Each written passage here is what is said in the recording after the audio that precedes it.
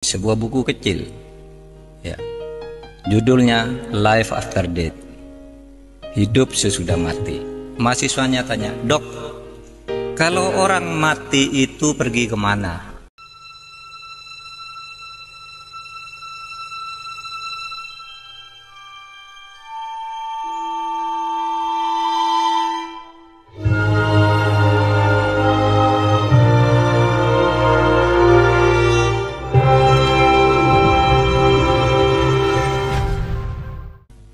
Saudara, ada satu yang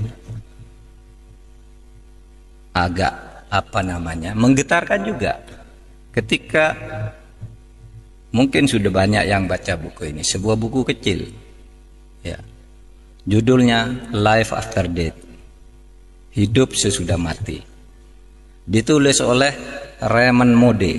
Raymond Moody ini adalah seorang dokter yang karena pinternya dia di dalam bidang kedokteran kemudian dijadikan guru besar di bidang filsafat kedokteran.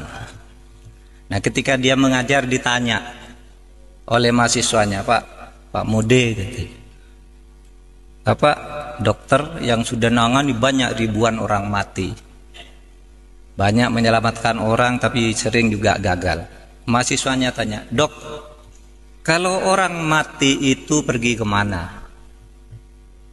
Kalau orang mati itu pergi kemana?" Nah, ini sebagai dosen tertantang, saya dosen. Tidak bilang saya ini gaib, saya harus penelitian. Lalu dia lakukan penelitian. Apa penelitian? Penelitiannya itu 100 orang yang pernah mati diwawancarai oleh dia. Ada orang pernah mati banyak, dia kirim surat ke rumah sakit, apa tempatmu pernah ada orang mati lalu hidup lagi? Ada namanya John, mati jam sekian, tiba-tiba jam 6 sore hidup. Ada yang mati 2 jam, ada yang 6 jam, 7 jam. Nah, dicatat namanya, dicari alam, lalu diwawancarai. Ketika ditanya, apa yang kamu rasakan ketika kamu mati? Saudara, 100 orang yang pernah mati ini 86% jawabannya sama, saya keluar dari tubuh saya. Yang 14% itu kira-kira mirip jawabannya, tidak bertentangan tetapi tidak persis mengatakan keluar dari tubuh saya. Jadi orang mati itu, saudara kalau mati besok keluar dari diri saudara sendiri. Lalu apa yang saya lihat ke bawah, ibu saya nangis, kata yang punya ibu. Istri saya nangis, anak saya nangis, dokter berusaha menolong gitu. Waduh, saya sudah tidak bisa menolong. Ini sudah mati gitu. Terus kemana kamu? Terus saya masuk ke lorong yang sangat gelap. Sudah itu saya masuk ke tempat yang sangat terang benderang. Apa yang kamu lihat di tempat terang benderang itu? Ini 100 orang jawabnya sama. Saya melihat seluruh perjalanan hidup saya dalam sekejap. Jadi sekejap dia bisa melihat semua apa yang dilakukan ketika hidup itu. Ya, ketika masuk sekolah, ketika pergi ke pasar, ketika pacaran, ketika berselingkuh, ketika korupsi, dilihat semua dalam sekejap itu. Terus sudah itu saya terus ke atas lagi, tiba-tiba ada tabir di sana. Saya tidak bisa masuk. Seakan-akan ada suara, "Ngapain kamu ke sini? Belum waktunya kamu." Terus saya hidup lagi. Saudara bisa baca bukunya, ini ilmiah. Penelitian ilmiah tentang sesuatu yang tidak ilmiah. Ketidakilmiahan itu dibuktikan secara ilmiah karena itu melalui studinya. Kalau Profesor Baikuni mengatakan sesuatu yang terjadi secara sama 3 kali itu pasti ilmiah. Nah, itu dari 100 orang 86. Bahkan dikatakan 100% sama, cuma yang 14 itu variasinya tidak persis kalimatnya gitu. Ilmiah. Lalu apa yang terjadi di sini? Nah, saudara, banyak hal menarik di situ. Pertama, bahwa orang itu bisa pergi dari tubuhnya. Kayak saudara pergi sedang tidur, saudara pergi ke Afrika, saudara naik pesawat, itu mimpi, itu kan pergi saudara dari tubuh saudara. Ya, saudara pergi dari tubuh saudara, berkelana ke alam-alam di luar saudara, pergi. Yang kedua, ini yang sangat luar biasa. Apa ada Ketika manusia itu sampai di suatu saat, di suatu tempat yang terang benderang, manusia itu melihat amalnya sendiri. Sehingga dia tidak bisa mengatakan, saya tidak pernah mencuri. Ada situ, di alam terang itu kamu melihat sendiri. Itulah yang di dalam Al-Quran dikatakan, ma yalfidu an qaulin illa ladaihi raqibun atid.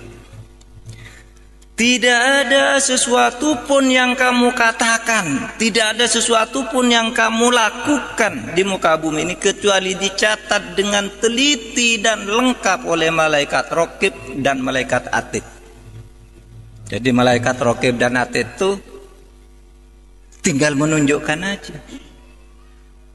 Maka kata Al-Quran itu kalau dalam surat Yasin itu al-yauma nakhtimu ala afwahihim wa tukallimuna aydihim.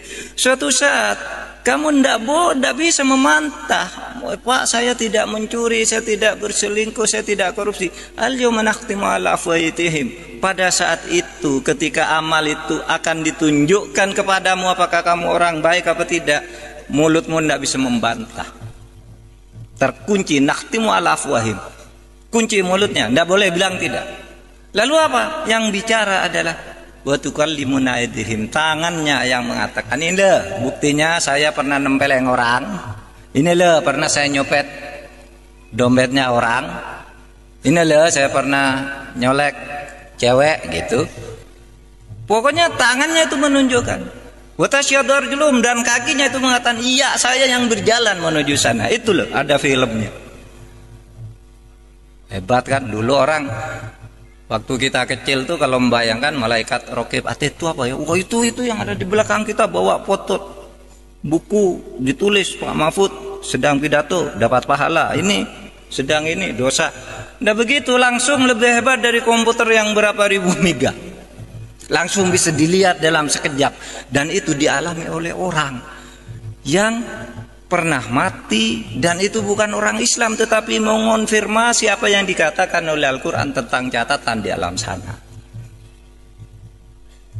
Nah itulah yang dikatakan saudara. Maka Islam itu katakan oke, rasionalitas wajib hukumnya, kita rasional, tapi jangan terjebak ke dalam rasionalisme di mana yang kamu anggap benar itu hanya yang masuk akal. Karena seluruh yang masuk akal itu benar dan harus kamu percaya, tetapi di luar itu banyak yang tidak masuk akal, yang justru mungkin lebih banyak dari yang masuk akal, yang juga mempengaruhi kehidupan dan selalu ditunjukkan oleh Tuhan.